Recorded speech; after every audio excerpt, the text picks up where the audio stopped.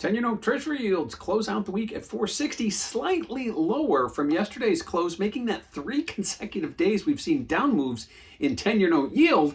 First time we've seen that since the early part of December, and only the second time we've seen it since the early part of September. So as we've seen yields moving up, we've seen very few pullbacks or consecutive pullbacks, but we did see that to end out this week, seeing yields move lower.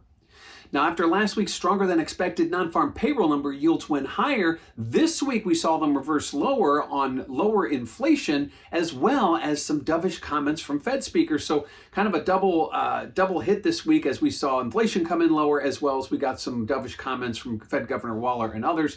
But ultimately, yields have pulled back to 460 to end out the week. Again, slightly lower today, but down for its third consecutive session.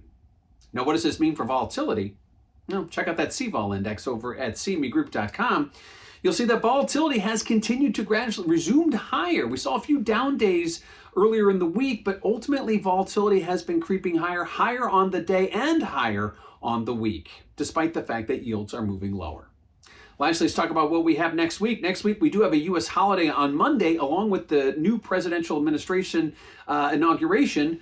Then we get some auctions. We get a 20-year auction and a 10-year note tips auction.